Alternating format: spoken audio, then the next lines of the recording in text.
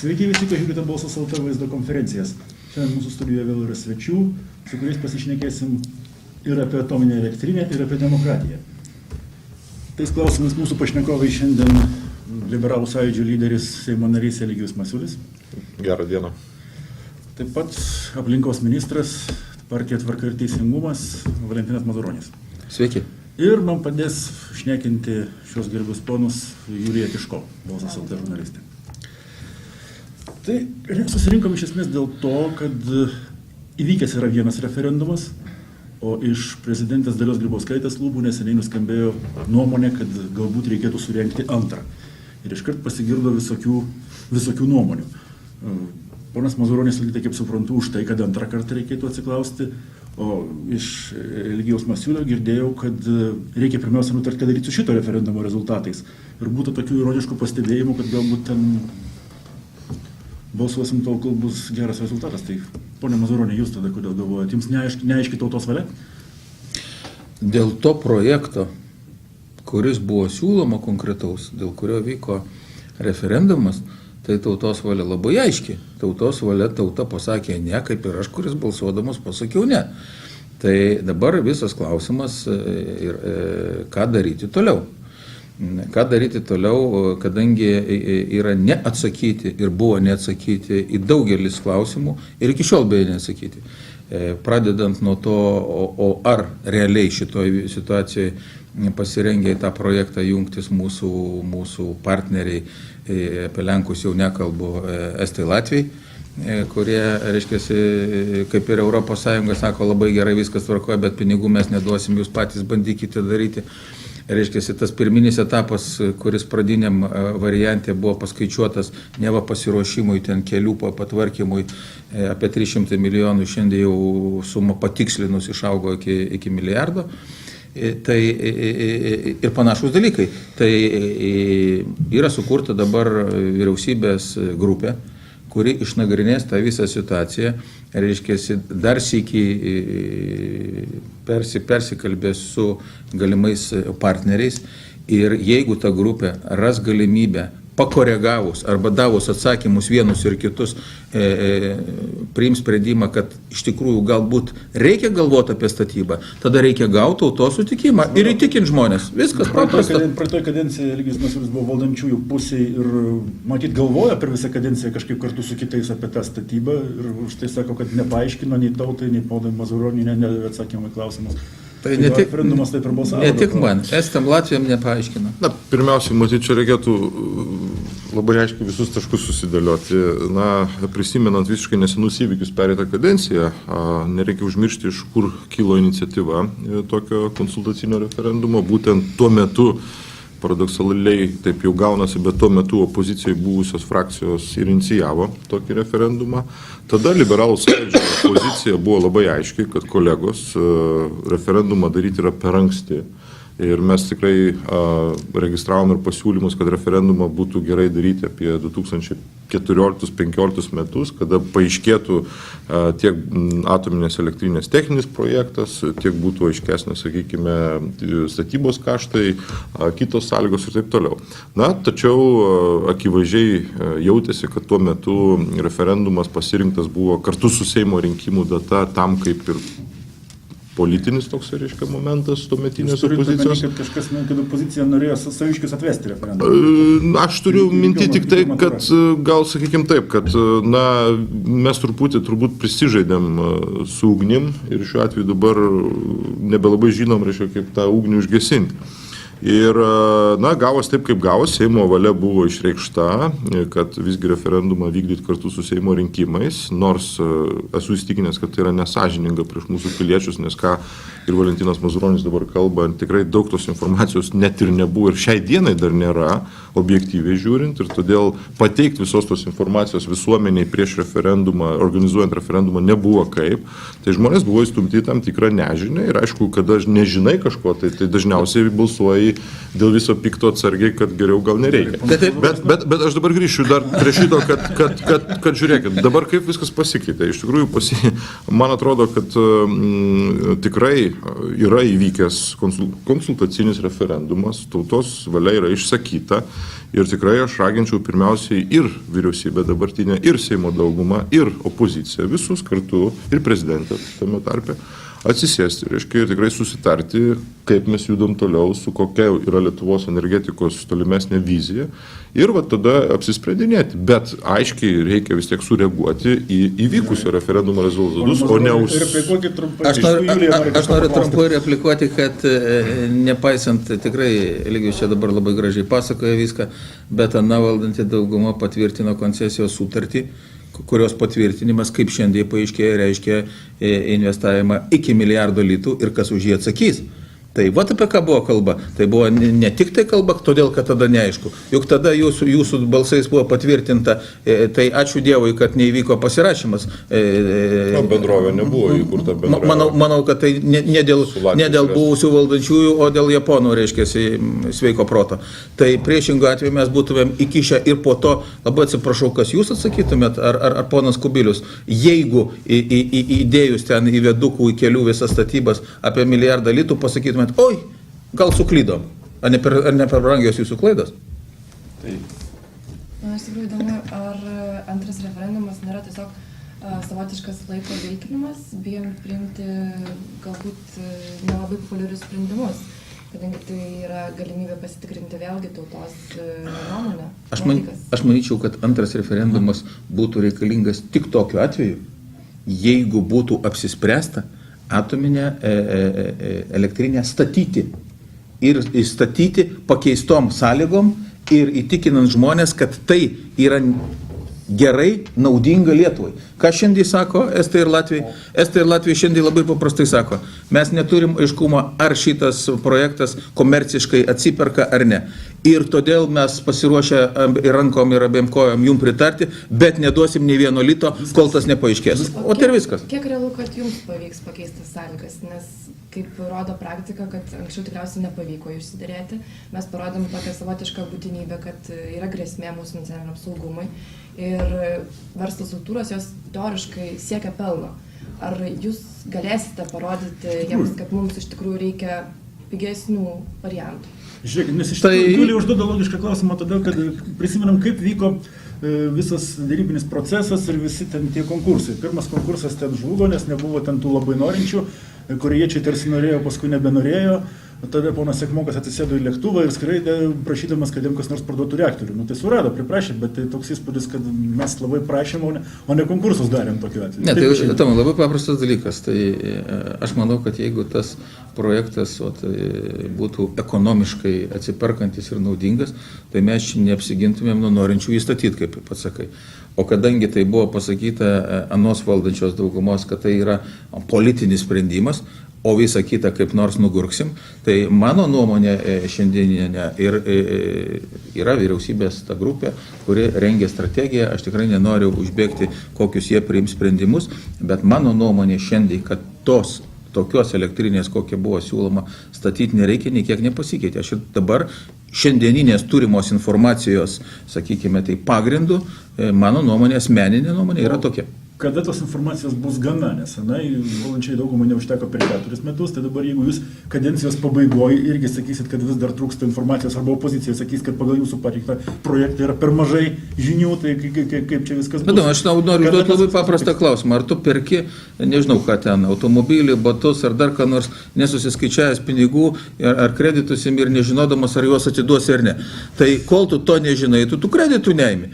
Tai kol mes neturime, reiškia, pakankamai pagrįstų faktų, kad tai yra ekonomiškai mums naudinga, tai ir statyti nereikia. Tai tada kaip?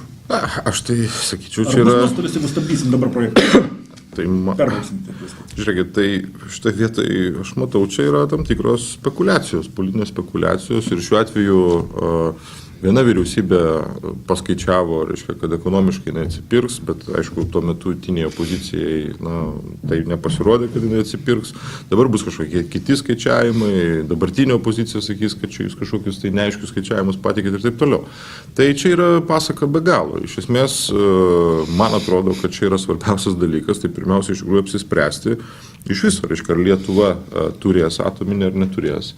Ir tada, aišku, dabar kokius jūs oraklus benusamdytumėt, pasakyti, kokia bus rinkos kaina elektros energijos 22 ar 23 metais, kada atominė pradėtų veikti. Sutikit, Valentinai, niekas. Yra tik tais hipotetiniai skaičiavimai, kiek rinkoje tuo metu, reiškia, kainuos elektra. Mes galime suskaičiuoti sąnaudas, kiek bus, reiškia, kokiom sąnaudom bus pagaminama atominė energija, bet šitos sąnaudos buvo suskaičiuotos, atsiprašau, ir senajam projekte. Tai aš tik pabaigsiu. Tai šiuo atveju, man atrodo, kad čia sako, kad milijardas jau kažkoks išleistas buvo ir kad čia reikėjo referendumų stabdyti šitą projektą. Tai yra vėlgi, švelniai tariant, ne visiškai tiesa, nes norint pradėti aiškius ir rimtus, reiškia, skaičiavimus, pritraukti specialistus ir iš tikrųjų pritraukti investuotojus, tam yra reikalinga iš tikrųjų tie įstatymai, kurie buvo priimti Seime. Tai niekas, kaip sakoma, ore, nei Hitachi, nei kiti, jeigu mes čia nieko nebūtumėm, reiškia, padarę, nebūtų čia atvažiavę ir šnekėję. O Latvija ir Estai labai teisingai mumis stebisi. Sako, jūs lietuviai iš tikrųjų, reiškia, tai jūs pareiškėt aiškiai, kad pradėsim statyti, po to, reiškia, organizuojat referendumą, referendume išsakoma tautos valia kitokia, dabar yra vėl pasimetimas, duokit ekonominį pagristumą, bet mes puikiai suprantame, kad šitoj vietoj tam tikra rizika egzistuoja. Lygiai taip pat, Valentinai, ir automobilį nusipirkus, tu jį gali susidaužyti ar ten pavogti tau jį gali, tai turi turėti tam tikrus mechanizmus. Bet liberalai kaip visada žino išeitį ir aš paskui tą išeitį pasakysiu. Tai, bet Elijau, aš ir grįšiu prie, brolių liberalų, kuriam aš jaučiu gilę simpatiją. Mes abipusiai. Kada jūs, paleidote aukštąjį mokslą to Boilio Marioto detalių principų, kad stojantysis pasirenka, teigdami, kad valstybė negali prognozuoti, kiek kokių reikės, poreikių ateity, tai atiduokim tiem vaikam baigęs 12 mokyklų, o jie matyti išspręs. Ką turim, aš noriu pasakyti. Ne, aš kalbu apie principą.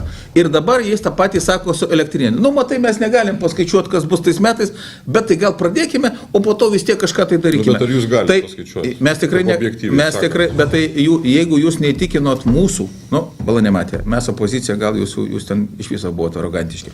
Antras dalykas, jūs neįtikinot Lietuvos piliečių, sakykime, bet jūs neįtikinote nei Latvių, nei Estų, kurie pasakė, kad mes nematom ekonominės naudos čia. Taip, ką kalbam? Dabar kamuolys yra jūsų pusė, jūs galėsite pabandyti tikinti ir kartu su arba pasakyti, kad nereikia statyti tokios elektrinės. Grybauskaitė, įsivaizduokim, dar vieną referendumą organizuojam, tai tada, o kaip jis gali vykti galbūt taip, kaip stojom į Europos Sąjungą, pavyzdžiui, 2 dienas balsuoti, duoti kažkokius skelbimo miltelių. Kodėl 2 savaitę galim? Tomai, aš noriu pasakyti vieną dalyką. Dar sykį grįžtu.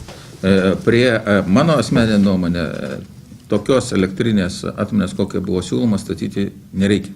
Jeigu dabar ta grupė ar kas nors kitas, reiškia, atras argumentus, arba tiksliau peržiūrės sutartis, galbūt atras kitus investuotojus, galbūt, reiškia, ne vieną reaktorių, 2 mažesnius ten statys ar kažkokius tai dalykus, naudingus Lietuvai, tai prieš pradedant statyti, kas jis bebūtų, ar dabartinė valdanti dauguma, ar būsimoji, jinai privalo gauti visų Lietuvos piliečių sutikimą. Vat ir viskas. Aš norėčiau truputėlį apie skaičiavimus dar pakalbėti. Vakar bendravau su profesoriumi Rutskiu ir jisai pasakė, kad tiesiog pasiskaičiavo, remdamasis pasaulinę praktiką, kaip dažniausiai būna su tom atominiam elektriniam. Ir pasaulinė praktika rodo, kad projekte kaina būna viena. Pasirašant sutartinai išauga, galutiniam variante būna dar didesnė suma, dažniausiai 2 išauga. Suomijos variantas. Taip, būtent šitas variantas ir yra pakankamai. Ir dar iškrentama iš visų grafikų ten. Taip, tai tiesiog kaip į tai atsižvelgti ir kaip įvertinti būtent tą ateities perspektyvą, tą išaugimo kainos.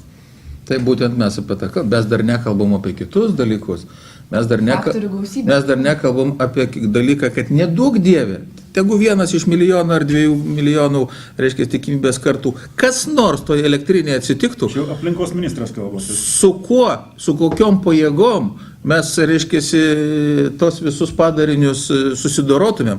Pas Japoniją yra galimybės arba tas pats Černobylis kitos.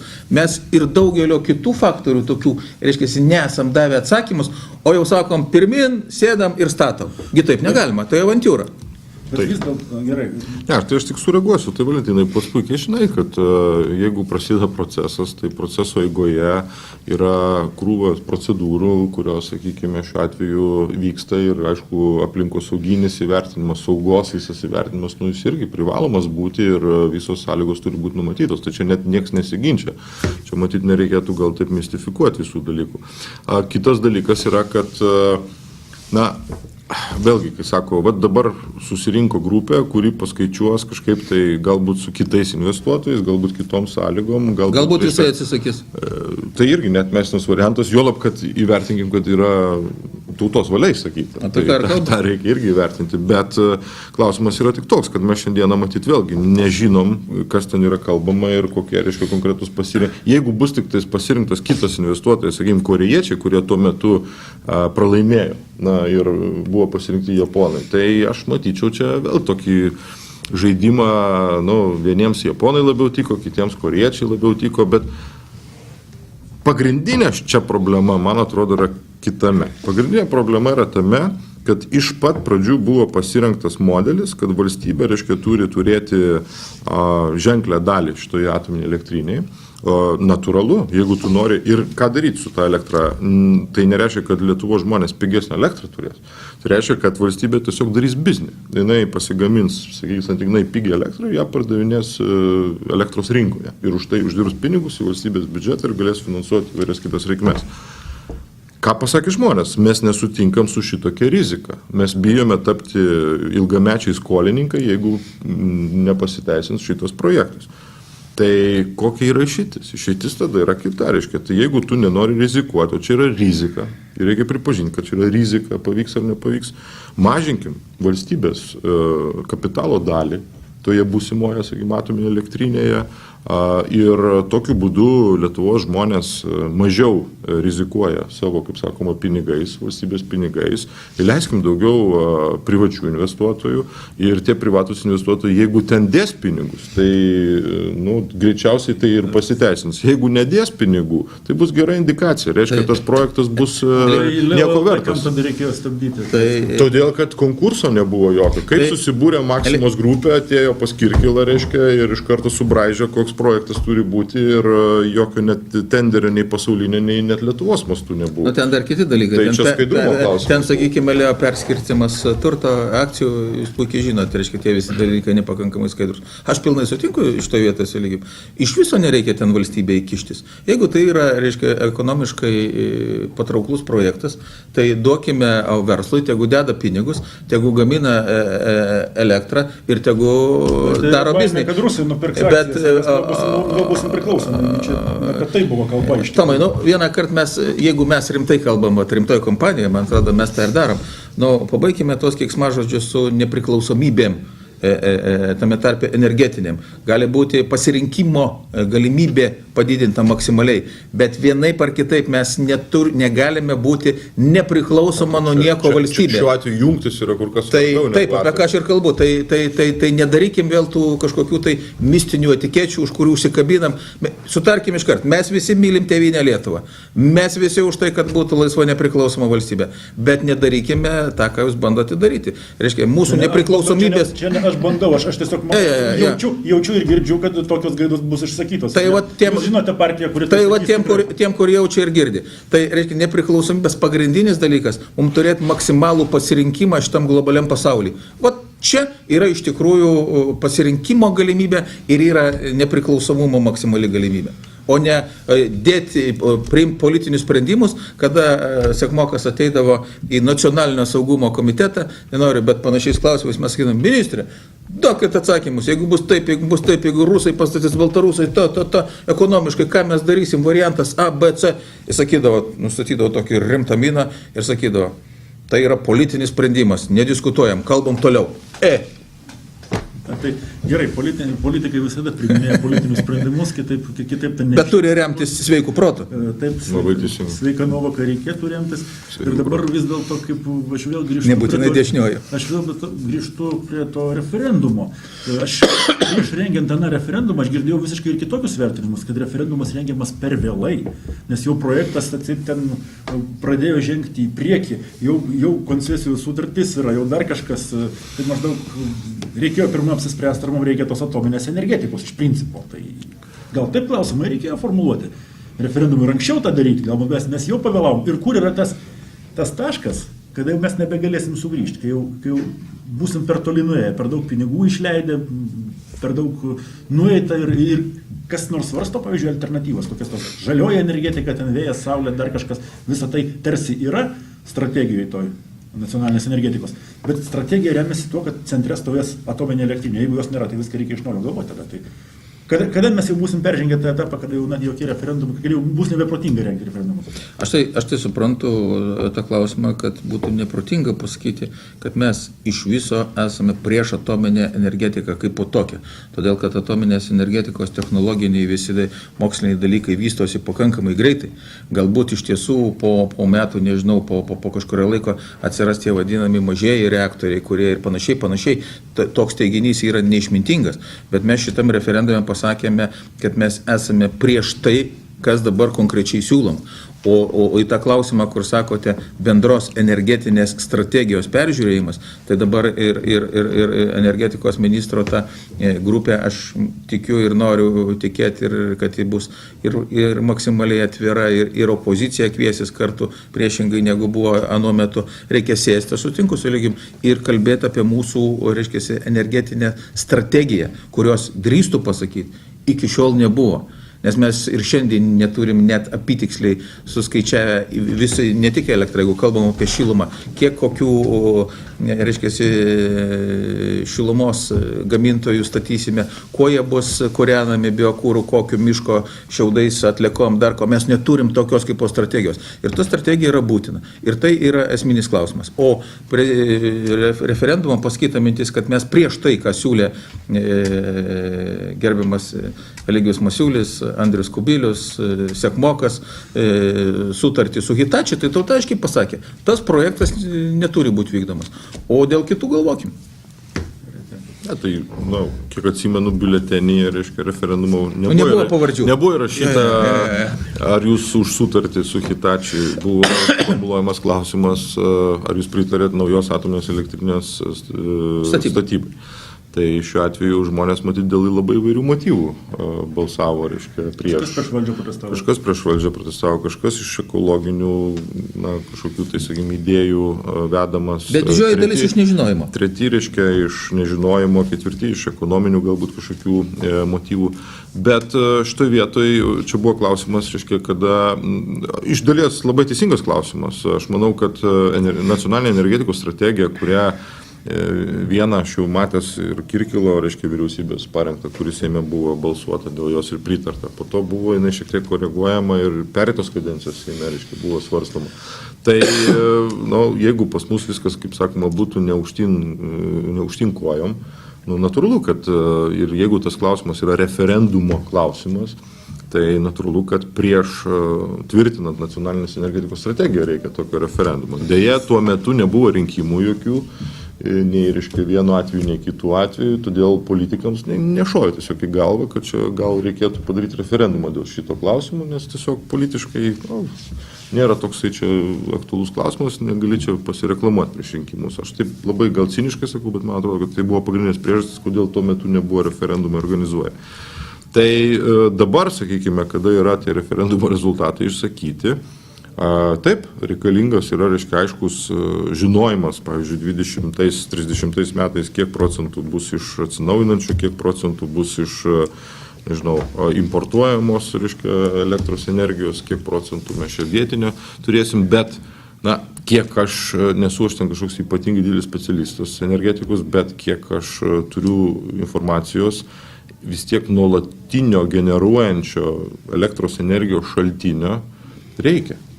Ir šiuo atveju mes pasirinkimų kol kas labai didelių neturim. Ar tai bus, reiškia, toliau rusiškom dujom, reiškia, mūsų elektrinės kūrenamos, ar tai bus importuojama didžioji dalis, bet norint palaikyti, sakykime, tas pačias įtampas nuolatinės mūsų jungtyse tiek su Lenkija, kurios bus tikiuosi ateityje, tiek su Švedija, tiek su Rusija, reikalinga yra nuolatinis, reiškia, generavimo šaltinis. Tai čia gal jau technologiniai tokie argumentai, bet jie yra.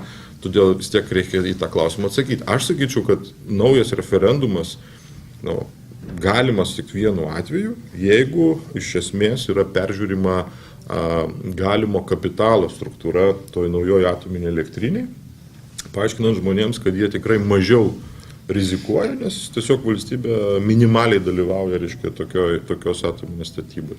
Kitu atveju, jeigu tai bus ta pati kapitalo struktūra, bet bus, kaip sakiau, korėjiečiai pasirinkti vietoje japonų, atsiprašau, bet aš nemanau, kad yra pakankamas motyvas Lietuvos visuomeniai, žiūrint jiems į akis, sakyti, girdit, jūs šio pereitų metų rudenį kažkaip tai blogai subalsavo, čia mes dabar balsuokim iš naujo, gal bus geriau. Tai nerimta ir nesolidu. Ne, tai čia tikrai nėra kalba ten japonai, korėjiečiai ir dar kažkas tai. Jeigu tam pačiam, aš pilnai sutinku, kad referendumo ir klausimas, sakykime, galbūt galėjo būti šiek tiek kitoks ir labiau, žinai, aiškesnis šitoks lyg ir abstraktokas gavosi, Seimas priėmė tokį sprendimą ar kitus dalykus. Jeigu tas klausimas būtų, ar jūs pasisakote už atominės elektrinės statybą, kuri ekonomiškai būtų naudinga Lietuvai, tai visi pasisakytų taip.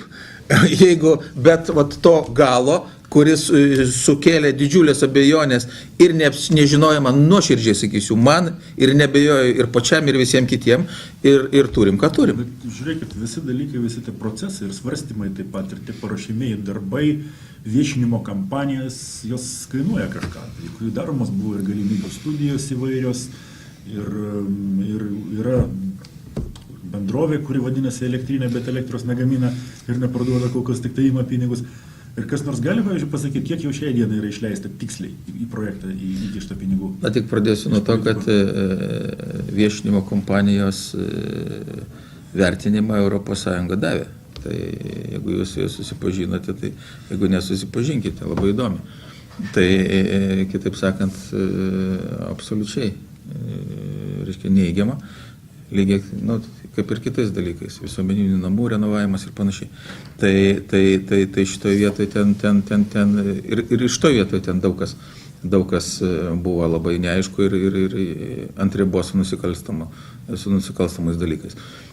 O kiek iš tikrųjų, sakykime, jau investuota į visas tas tyrimus, tas kontorų siūlymus, ten mes būdami opozicijoje tais 10-100 milijonų nespėdavom suskaičiuoti.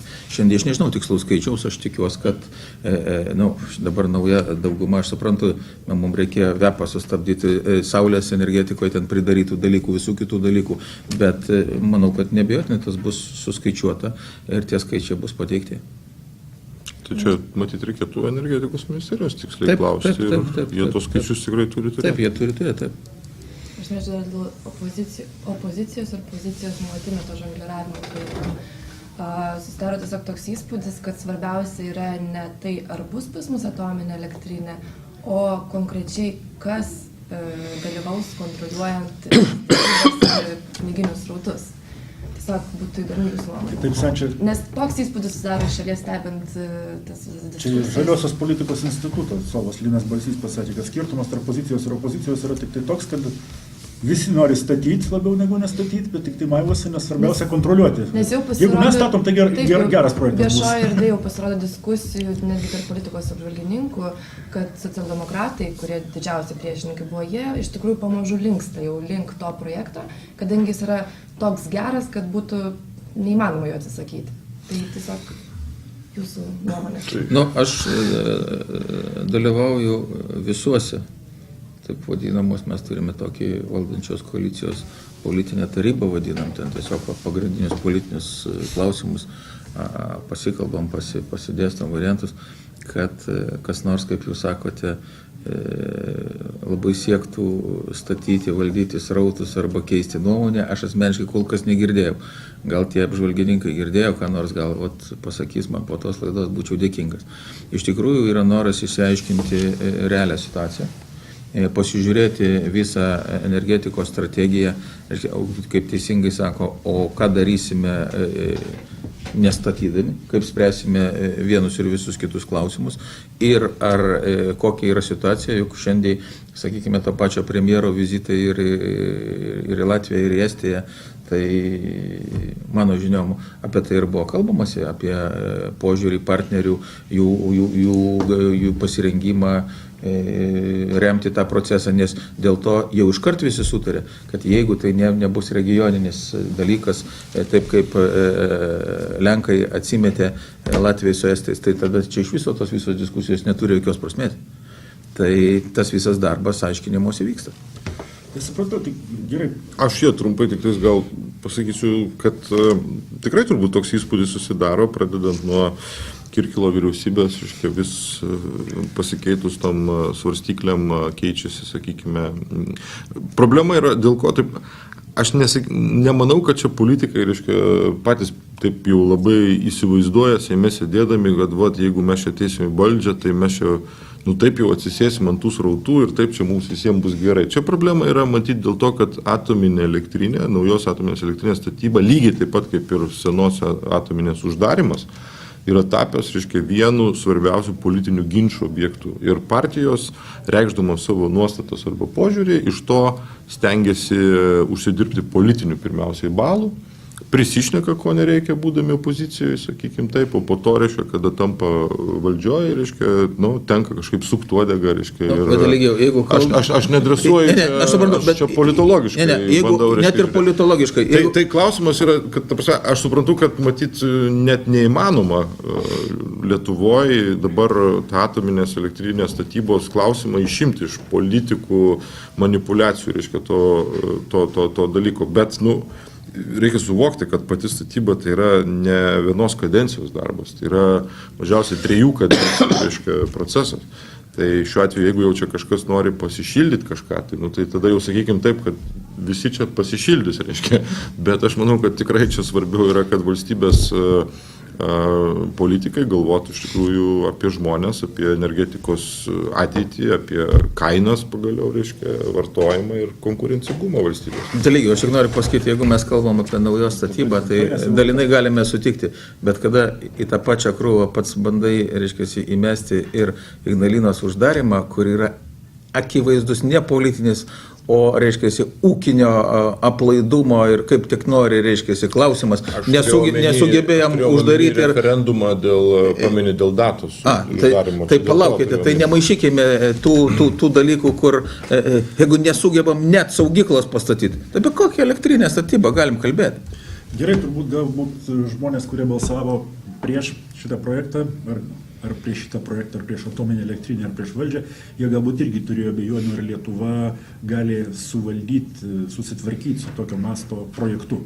Iš tikrųjų, tokių abejonių yra pareikšta ir atsigręžę atgal mes matom, kad tokio masto projektų nelabai kada esam įgyvendinę ir suvaldę. Guodžia tik tai, kad ir Bulgarija čia pereitą savaitę neįvyko referendumas dėl naujos atominės statybos. Gerai, tikiuosi, kad kitą kartą, jeigu mus dar kartą pakvies prie balsadėžių, ar prezidentė, ar dar kažkas, ar su alum ir milteliais, ar be jų, ar 2 dienas balsuoti, ar savaitę, mes vis dėlto turėsim kažkiek daugiau aiškumo, nes net jau atėjo į valdžią, kai porą mėnesių pabuvę ir šios dienos valdantieji sako, jums dar vis informacijos trūksta. Mėnesį su trupučiu, ne porą, būkim tikslus.